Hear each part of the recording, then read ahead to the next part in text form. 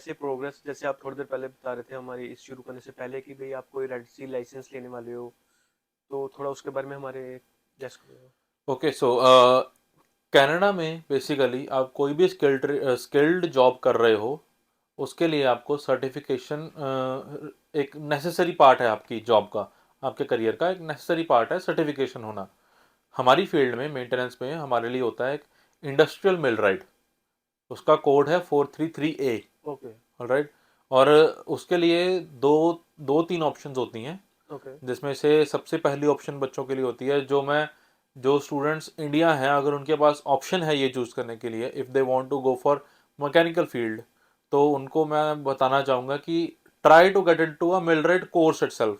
Okay. Colleges में ये as a course available होता है, जैसे हम 2 साल का मैकेनिकल टेक्नीशियन का डिप्लोमा होता है, वैसे ही एक मैकेनिकल टेक्निक्स का डिप्लोमा होता है ओके। जो स्पेसिफिकली मिलराइट्स के लिए डिजाइंड है। Okay. So if you want to be in the maintenance field, आप वो डिप्लोमा करो, ओके। उसके बाद अपना अप्रेंटिसशिप करो। Apprenticeship is the second step. Okay. Apprenticeship में क्या होता है कि आप अपनी स्किल ट्रेड ओंटारियो के साथ, अगर हम ओंटारियो में मैं रह रहा हूँ, राइट, ओंटारियो प्रोविंस में हम रहते हैं, तो स्किल ट्रेड ओंटारियो ये एक वेबसाइट है हमारी, ओके। या ये एक इंस्टीट्यूट कह लीजिए आप। तो आप उनके साथ रजिस्टर करेंगे as an apprentice, okay. And then you will look for companies जो अप्रेंटिस हायर कर रही हैं। ओके। ठीक है। तो आप उनके साथ टाइप करके आप एज एन अप्रेंटिस अपना काम स्टार्ट करेंगे, you will join as an apprentice, so that you can gain experience in the field. And after you complete the minimum requirement, जो कि मेंटेनेंस फील्ड में मिलराइट के लिए 8,000 घंटे की रिक्वायरमेंट है, so you need to have 8,000 hours of work experience. ये एक साल में करने या नहीं, ओवर? ओके। ये आपको ओवर टाइम, मोस्टली जो बच्चे कर रहे हैं they take around 4 to 5 years। चार ओके। से पाँच साल में आपके ये 8,000 घंटे पूरे हो जाएंगे। ओके। ठीक है। And after that you need to give the exam. Okay. अगर आप अप्रेंटिसशिप की तरफ से चल रहे हो तो it can either be you putting forward your application, और your employer can do it on on your behalf. Okay. दूसरी ऑप्शन आपके पास ये है, अगर आपको अप्रेंटिसशिप नहीं भी करनी है, आप normal as a maintenance person कहीं काम कर सकते हैं।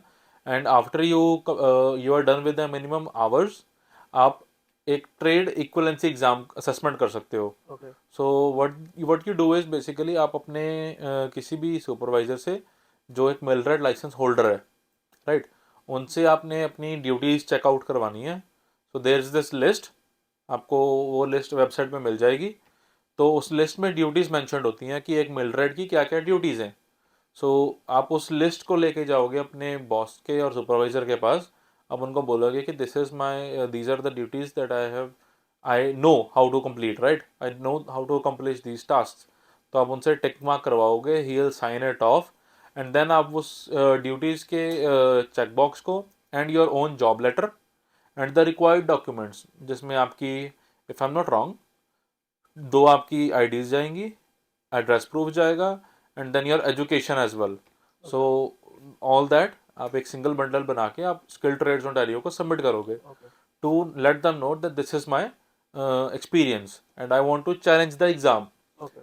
If they and after that the next step would be, वो उस सारी इन्फॉर्मेशन को वेरीफाई करेंगे। If they are good to go, आपके लिए आपको नेक्स्ट स्टेप होगा आपका एग्जाम बुक करना। ओके। आप ट्रेड इक्वलेंसी के लिए एग्जाम बुक करोगे, एग्जाम देने के बाद you can have your license if you pass it.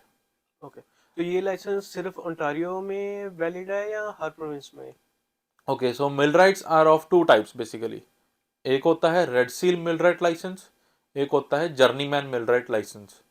अगर आप जर्नीमैन मिल राइट लाइसेंस लेते हो तो आप जिस प्रोविंस में वो लाइसेंस ले रहे हो, आप सिर्फ उसी प्रोविंस में एज ए मिल राइट काम कर सकते हो।